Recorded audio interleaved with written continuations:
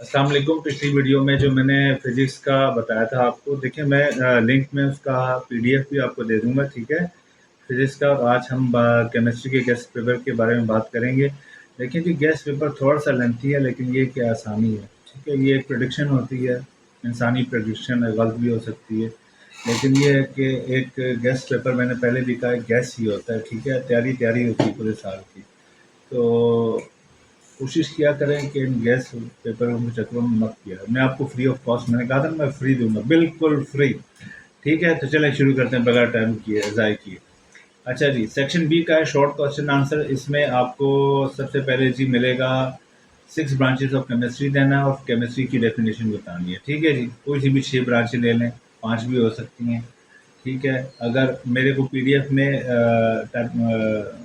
Typing error हो तो please माफ़ कीजिएगा, क्योंकि ये जल्दी में मैंने बनाया है। ठीक है, क्योंकि 10 चीज़ें और देखनी पड़ती हैं, लेकिन मकसद सिर्फ आप तक पहुंचाना होता है ताकि आपके लिए आसानी हो। ठीक है, दिन करीब है इस वजह से। ठीक है जी, आपने उसके बाद आपने या तो केमिस्ट्री का human society on hand in hand, ठीक है, right 3 points in support of this statement, या right down the name of the 3 well known scientist Muslim scientist in modern era, give at least one contribution of each in the field of chemistry. ठीक है, मुसलमान की जो खिदमात रही हैं, ठीक है, केमिस्ट्री के अंदर, उसके बारे में आपने लिखना है, कम से कम 3 के बारे में। ठीक है, जो आप जैसे आप जानते हैं उसकी डेफिनेशन भी लिखनी है, मतलब उनके बारे में लिखना है। ठीक है, केमिस्ट्री की फील्ड में उन्होंने क्या रोल अदा किया है। ठीक है, उसके बाद दूसरा क्वेश्चन है जी, define mole and molar mass and Avogadro number. ठीक है, इसको आपने याद कर लेना है। उसके बाद ए है फ्री रेडिकल एंड आयोन। ठीक है, ये भी आपने इसके दरमियान जो फ़र्क होंगे वो आपने बयान करने हैं, एम्पेरिकल और molecular formula, atomic and mass number. और उसके बाद आ जाती है बैलेंस इक्वेशंस जो मैं नीचे दी हुई है। ठीक है, वो आपने देख लेनी है, जो मैं आपको पीडीएफ शेयर करूंगा। ठीक है, 4 करेक्टरिस्टिक्स, उसके साथ साथ दूसरी भी आपने बैलेंस करनी है। ये नहीं कि भाई सर ने दे दिया तो यही आएगा। ठीक है, लेकिन प्रैक्टिस करनी है, इस किस्म के आ सकते हैं। ठीक है, तो मोस्ट प्रॉब्ली हो सकता है कि ये आ सकता है। 4 करेक्टरिस्टिक्स आपने कैथोड रेज की बयान करनी है, कैनाल रेज की बयान करनी है, दोनों के दरमियान डिफाइन करना आइसोटोप्स को। How are chlorine 35/17 and chlorine 37/17 atoms, मतलब इन दोनों के दरमियान क्लोरीन का जो है वो क्या सिमिलैरिटी है। ठीक है, और अगर नहीं है तो आप तैयारी करें। ठीक है, सर से पूछें, टीचर से पूछें, जिससे मर्जी है पूछें आप। ठीक है, 3 पास्टुलेट्स आपने एटॉमिक मॉडल जो स्कॉडर ने किया था उसके बारे में आपने लिखना है। ठीक है, चौथा क्वेश्चन इसका ये है, सेट द फॉलोइंग लॉज।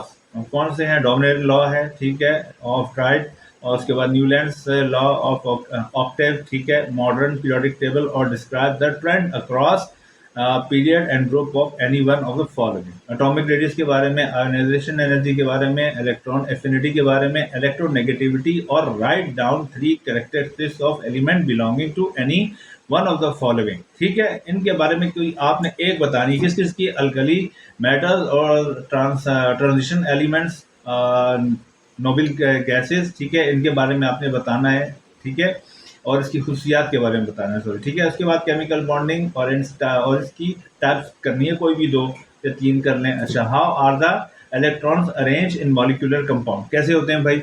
उसके साथ साथ आपने ड्रॉ करनी है डॉट एंड क्रॉस स्ट्रक्चर। ठीक है, एंड बॉन्ड एंड स्ट्रक्चर। ठीक है, ड्रॉ करना है डॉट एंड क्रॉस स्ट्रक्चर, ठीक है, और bond structure and bond structure of any 3, कोई भी 3 आप बॉन्ड ले लें। ठीक है, उसके आप स्ट्रक्चर अपने ड्रॉ करना है, एक अच्छा इंप्रेशन पड़ता है एग्जामिनर को, चेक कर रहा होता है उसको। उसके बाद आपने नीचे जो 3 आपको स्ट्रक्चर दिए गए हैं, मिसाल अभी मैंने बताया मैंने आपको, एक H2O, दूसरा NH3 है, सीधा CH4 है, C2H6 है, C2H4 है, और उसके बाद C2H2 है। ठीक है, इनके आपने बॉन्ड स्ट्रक्चर बताने। ठीक है जी, नंबर 1। कोई कंफ्यूजन हो तो पूछ लीजिएगा। ठीक है, differentiate between one of the following, a polar and non polar compound. ठीक है, intramolecular and inner molecular forces. ठीक है, lone pair and bond pair, इनके माबैन आपने फर्क बयान करना है।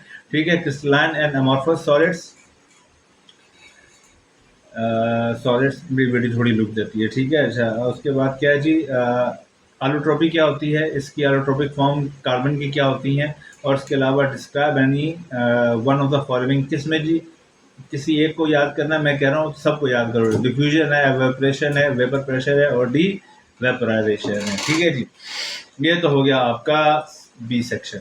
और हाँ, बी सेक्शन ठीक है। सी सेक्शन की तरफ आते हैं। ठीक है, ज़्यादा टाइम नहीं लगेगा, आपका भी तक वक्त कीमती है और आपका तो बहुत ही कीमती है। ठीक है, उसके बाद सी सेक्शन में describe Rutherford gold foil experiment with led him to discover of nucleus.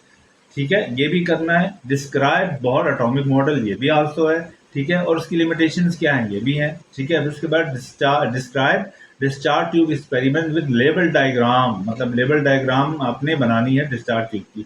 अच्छा जी, उसके बाद state what were the justification and conclusion. ठीक है, और उसके नतीजे में उसने क्या अखज़ किया, मतलब जब वो एक्सपेरिमेंट हुआ क्या अखज़ किया, और जे थॉमसन साहब ने इसके बारे में क्या कहा, उनकी क्या राय थी। ठीक है जी, ये आपने पूरा चैप्टर पढ़ा होगा, आई होप सो।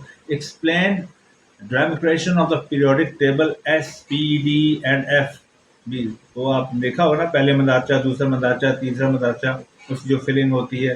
ठीक है, वो आपके केमिस्ट्री के टीचर आपको अच्छी तरह से बताएंगे। मेरा काम था सिर्फ आपको निकाल के बताना। ठीक है, जो जो इम्पोर्टेंट है। ठीक है, हो सकता है। ठीक है, उसके बाद अच्छा जी, उसके बाद चले रहते हैं जी मैनलीव्स पीरियोडिक टेबल और उसके एडवांटेजेस आपने करने कोई सी भी तीन। उसके अलावा आयोनिक और इलेक्ट्रोकोविलेंट बॉन्ड के बारे में आपने बताना है। Define it's coordination in NH4Cl, इसके साथ क्या बनती है सोडियम, मेरे ख्याल में क्या है 4NH4, सॉरी मैं मुझे नहीं मालूम, मैं बेसिकली फिजिक्स का और दीगर सब्जेक्ट से मुझे इतनी महारत नहीं है केमिस्ट्री में।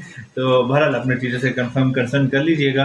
And also you should have concern to your, because मेरे लिए टीचर काफ़ी रिस्पेक्टेबल होते हैं। चलें आगे बढ़ते हैं। What is electroplating and define solubility and the factors affecting in a substance. ठीक है, इलेक्ट्रोप्लेटिंग क्या होती है, इसके बारे में, सोल्युबिलिटी क्या होती है, और उसके अलावा सोल्युबिलिटी के बारे में पता करना है। हल पजीरी इसे कहते हैं, और फैक्टर्स, इसके फैक्टर्स क्या होते हैं। ठीक है, इफेक्ट्स इन अ सब्सटेंस, किसी शय पर सोल्युबिलिटी के फैक्टर्स क्या होते हैं। ठीक है, 13वां है डिफ्रेंशिएट बिटवीन द फॉलोइंग। अब डिफ्रेंशिएट का मतलब होता है कि क्या मवाजना है, एलिमेंट, कंपाउंड एंड मिक्सर, इन तीनों में क्या क्या फर्क है भाई। कम से कम 4 लिखने हैं, ये 3 लिखने हैं। ठीक है, उसके बाद नंबर के साथ दूसरे पे आयोनिक कोवेलेंट बॉन्ड। ठीक है, उसके बाद है जी सोल्यूशन, कॉलिड एंड सस्पेंशन।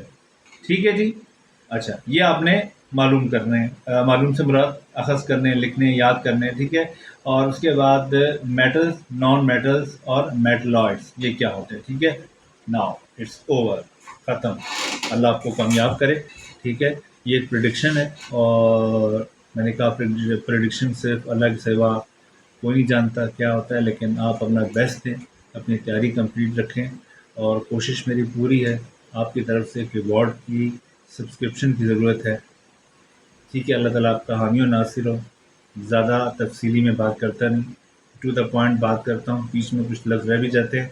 सादा सा बंदा हो और विदाउट एनी फ़िल्टर लगाता हूँ चीज़ें। ठीक है, बाकी अब बेटा आप लोग माशाल्लाह काफ़ी समझदार हैं, तो मेरा काम था ये आपसे जो कमिटमेंट की हुई थी उसको पूरा करना।